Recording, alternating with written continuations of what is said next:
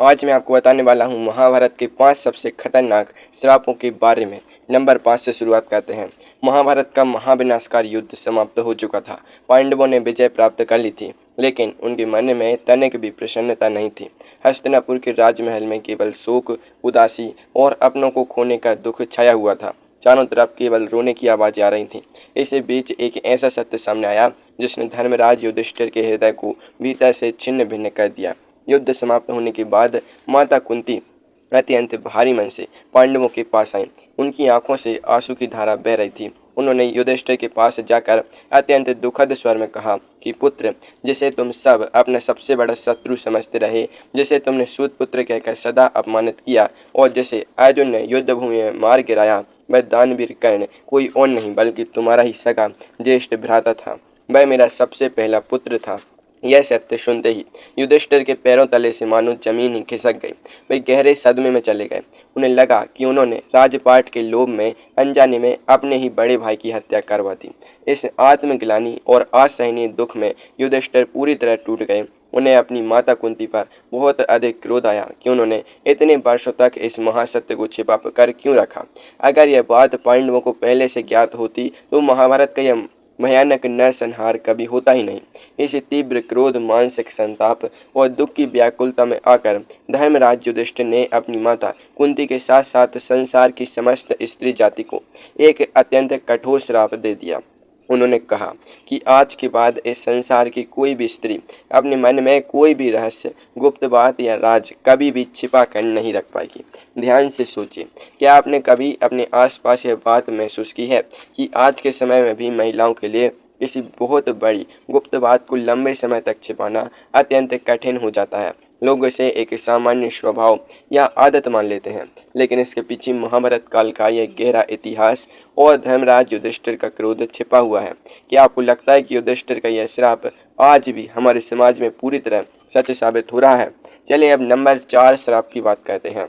अब हम बढ़ते हैं उस श्राप की ओर जिसने पांडव वंश के जन्म की पूरी पृष्ठभूमि को ही बदल दिया। यह कहानी है पांडवों के पिता राजा पांडु की।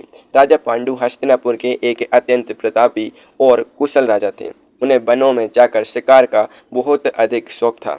एक बार वे अपनी पत्नियों के साथ वन में घूम रहे थे और शिकार को खोज रहे थे। उसी वन में ऋषि किंदम अपनी पत्नी के साथ निवास करते थे। एक दिन ऋषि किंदम और उनकी पत्नी ने वन में स्वच्छंद रूप से घूमने और प्रेम करने के लिए अपनी योग शक्ति से एक हिरण और हिरणी का रूप धारण कर लिया। वे दोनों वन की सुंदर वादियों में मग्न थे। राजा पांडु वहां से गुजर रहे थे और उन्हें इस बात का तनिक भी ज्ञान नहीं था कि झाड़ियों के पीछे जो जीव हैं वो कोई साधारण पशु नहीं बल्कि एक परम तपस्वी ऋषि और उनकी पत्नी है।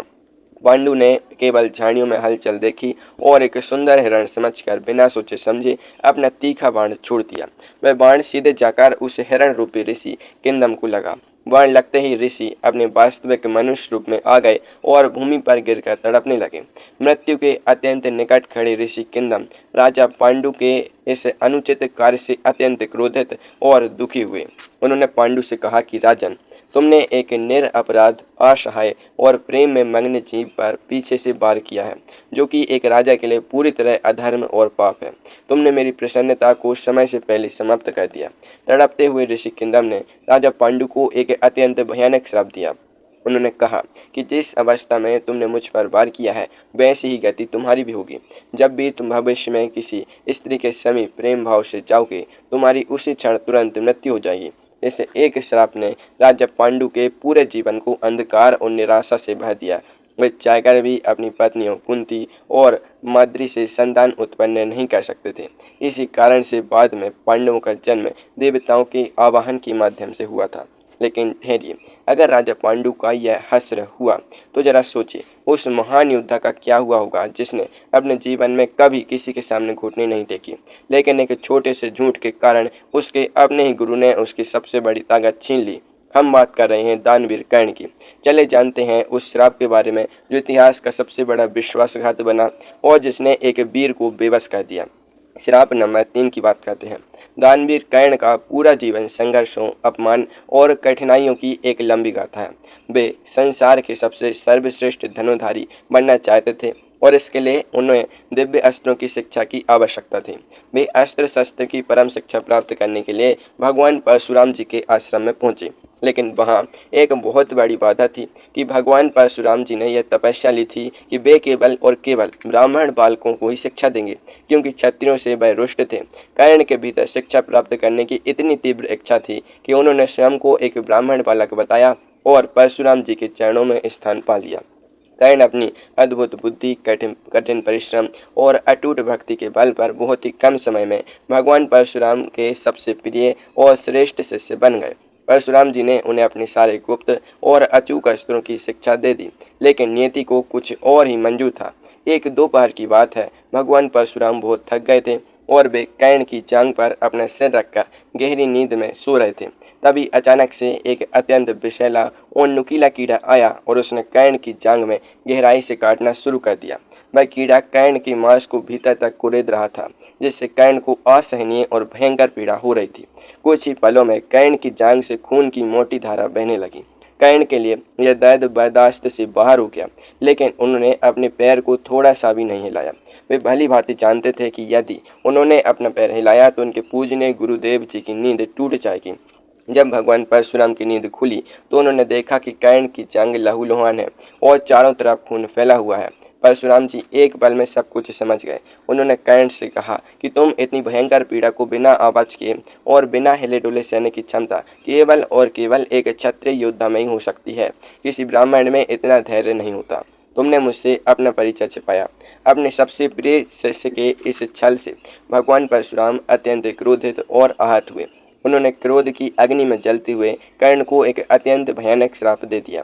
उन्होंने कहा कि तुमने मुझसे झूठ बोलकर यह पवित्र और दिव्य विद्या सीखी है, इसलिए जब भी तुम्हें अपने जीवन में इस विद्या की सबसे अधिक आवश्यकता होगी, जब तुम अपने जीवन के सबसे बड़े युद्ध में खड़े होगे और मृत्यु तुम्हारे सामने होगी, तब तुम मेरी सिखाई हुई सभी विद्याएं, मंत्र और अस्त्रों का ज्ञान पूरी तरह से भूल जाओगे। जरा आंखें बंद करके कल्पना कीजिए, आपने अपनी पूरी जिंदगी जिस एक कला और विद्या को सीखने में लगा दी, ऐन वक्त पर जब आपकी जान दांव पर लगी हो और आपका शत्रु आपके सामने खड़ा हो, तब आपका दिमाग पूरी तरह खाली हो जाए। कुरुक्षेत्र के मैदान में अर्जुन के सामने कर्ण के साथ यही हुआ था। जब उनका रथ धरती में धंस गया, तब वे अर्जुन का सामना करने के लिए अपना ब्रह्मास्त्र चलाने का मंत्र ही भूल गए और यही उनकी मृत्यु का कारण बना। अब बात करते हैं श्राप नंबर 2 की। अब हम महाभारत के उस श्राप की ओर बढ़ रहे हैं जो क्रूरता, पीड़ा और भयंकर दर्द की सारी सीमाओं को पार कर देता है। यह श्राप किसी साधारण मनुष्य को नहीं, बल्कि गुरु द्रोणाचार्य के पराक्रमी पुत्र अश्वत्थामा को मिला था। महाभारत का युद्ध जब अपने अंतिम चरण में था, तब अश्वत्थामा अपने पिता की छल से हुई मृत्यु और दुर्योधन की हार के कारण पूरी तरह से पगला चुके थे। उनके भीतर केवल और केवल प्रतिशोध की ज्वाला धधक रही थी। एक रात जब पांडवों के शिविर में युद्ध समाप्त होने के बाद सब योद्धा और सैनिक गहरी नींद में सो रहे थे, अश्वत्थामा ने चुपके से और अत्यंत कायरतापूर्वक वहां प्रवेश किया। उन्होंने धर्म के सभी नियमों को छोड़कर द्रौपदी के 5 सोते हुए पुत्रों को बेरहमी से हत्या कर दी। इस घोर पाप को करने के बाद भी उनका क्रोध शांत नहीं हुआ। जब पांडवों को इस बात का पता चला और उन्होंने अश्वत्थामा का पीछा किया, तो अश्वत्थामा ने पांडव वंश को हमेशा के लिए समाप्त करने के उद्देश्य से अभिमन्यु की पत्नी उत्तरा के गर्भ में पल रहे आजन्मे शिशु पर महाविनाशकारी ब्रह्मास्त्र चला दिया।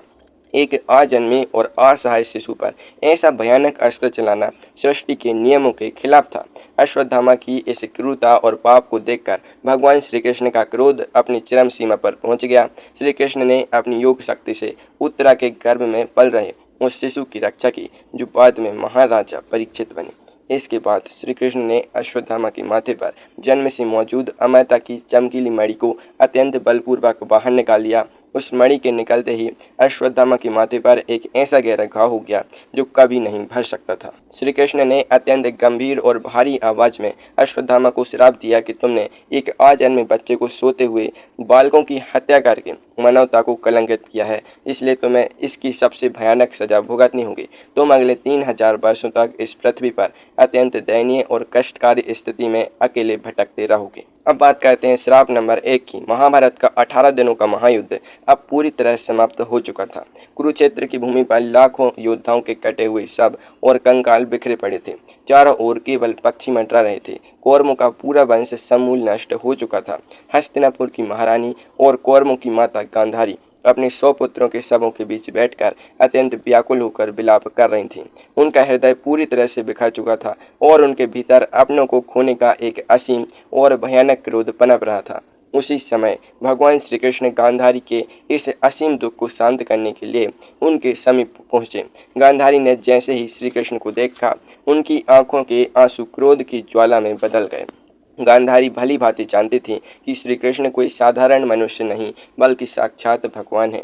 उनके पास यह शक्ति थी कि यदि वे चाहते तो अपनी माया और बुद्धि से इस महाविनाश को आसानी से रोक सकते थे। वे पांडवों और कौरवों के बीच शांति स्थापित करवा सकते थे, लेकिन उन्होंने ऐसा नहीं किया और युद्ध होने दिया।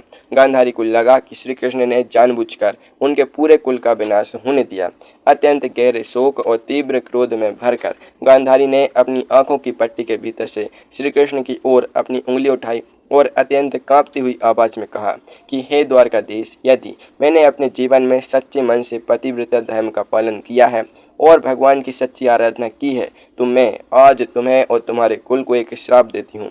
जिस प्रकार तुमने मेरे पूरे कौरव कुल को आपस में लड़वा कर नष्ट करवा दिया, ठीक है उसी प्रकार आज से 36 साल बाद तुम्हारे यदुवंश का भी अंत हो जाएगा। तुम्हारे कुल के लोग आपस में ही लड़ लड़कर एक दूसरे को मार डालेंगे। तुम्हारी अत्यंत सुंदर और वैभवशाली द्वारका नगरी समुद्र की गहराइयों में विलीन हो जाएगी और तुम स्वयं किसी अनजान और सुनसान जंगल में एक साधारण शिकारी के तीर से अत्यंत साधारण तरीके से अपने प्राण त्यागोगे। यदि गांधारी की जगह कोई और होता तो शायद इस भयानक श्राप को सुनकर कांप जाता, लेकिन भगवान श्री कृष्ण तो साक्षात शांत और गंभीर थे। उन्होंने अत्यंत मधुर और मंद मुस्कान के साथ माता गांधारी के इस विनाशकारी श्राप को स्वीकार किया और उनके चरण छुए। वे जानते थे कि यदुवंशियों के भीतर भी अब अहंकार और घमंड बहुत अधिक बढ़ चुका था और पृथ्वी का बोझ कम करने के लिए उनका अंत भी आवश्यक था। ठीक 36 वर्ष बाद गांधारी का यह श्राप पूरी तरह सच साबित हुआ। द्वारका के यदुवंशी आपस में लड़कर पूरी तरह समाप्त हो गए। द्वारका समुद्र में डूब गई और एक पेड़ के नीचे विश्राम कर रहे श्री कृष्ण के पैर को हिरण समझकर एक शिकारी ने तीर मार दिया, जिससे भगवान ने अपनी इस मानव लीला को समाप्त कर दिया।